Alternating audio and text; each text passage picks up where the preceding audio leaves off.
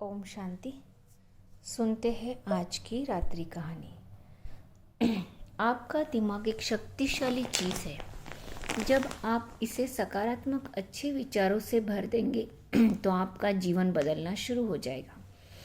एक पहल बुराइयों को मिटाने की। आइए मिलकर पढ़े और महसूस करें, जीवन में अच्छे भाव उतारे। आज की पहली कहानी, पराक्रम ऐसा होना चाहिए जो प्रतिष्ठित हो। रामायण में युद्ध से पहले का किस्सा है। श्री राम ने यह तय कर दिया था कि अंगद को रावण के दरबार में दूत बनाकर भेजा जाएगा। लंका के दरबार में जाने से पहले अंगद हनुमान जी के पास पहुंचे। अंगद हनुमान जी के भक्त भी थे और उन्हें गुरु भी मानते थे। अंगद ने हनुमान जी से कहा, आप तो पहले लंका जा चुके हैं और अब मैं जा रहा हूँ। आप बताइए मुझे वहाँ जाकर क्या करना और कैसे करना चाहिए। हनुमान जी ने समझाते हुए कहा, जो भी काम करो उसकी चर्चा हमेशा होनी चाहिए। पराक्रम ऐसा होना चाहिए जो प्रतिष्ठित हो।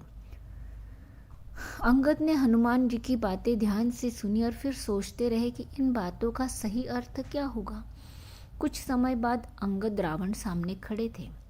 रावण लगातार अंगद का अपमान कर रहा था। रावण ने धर्म की दुहाई देते हुए कहा, मैं धर्म जानता हूँ, इसलिए तुमसे कह रहा हूँ, तुम्हारा पिता बलि मेरा मित्र था।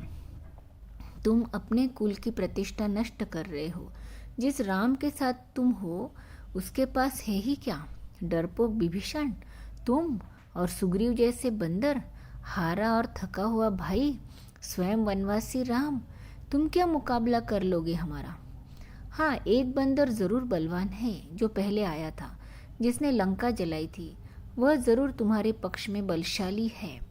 ये बात सुनते ही अंगद समझ गए कि हनुमान जी ने कहा था कि जो कोई काम हो वह इस तरीके से करो कि दुनिया उसे वर्षों तक याद रखे।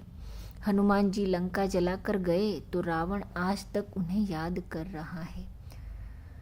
सीख, इस कहानी ने हमें सीख दी है कि हमें हमेशा अच्छे काम करना चाहिए।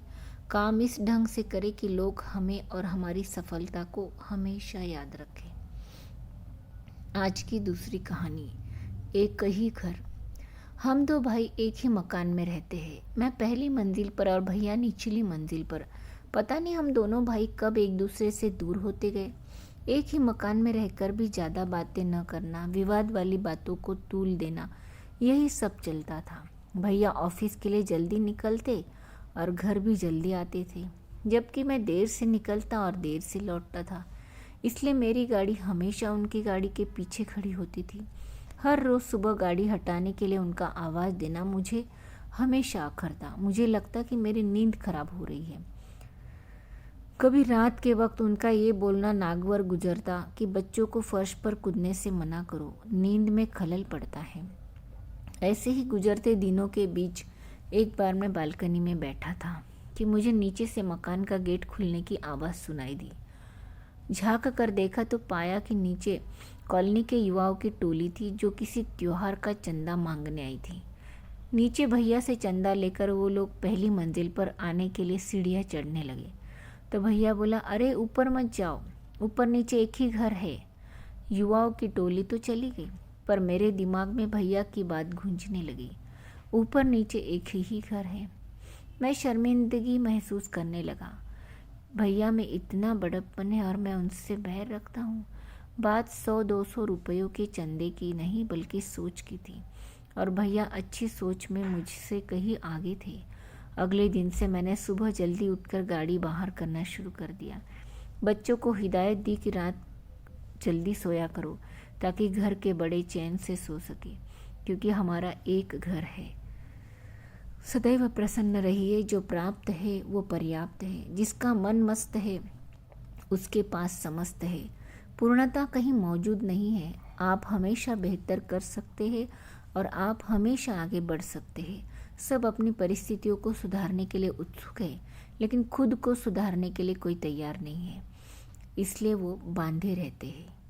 अच्छा, ओम शांति।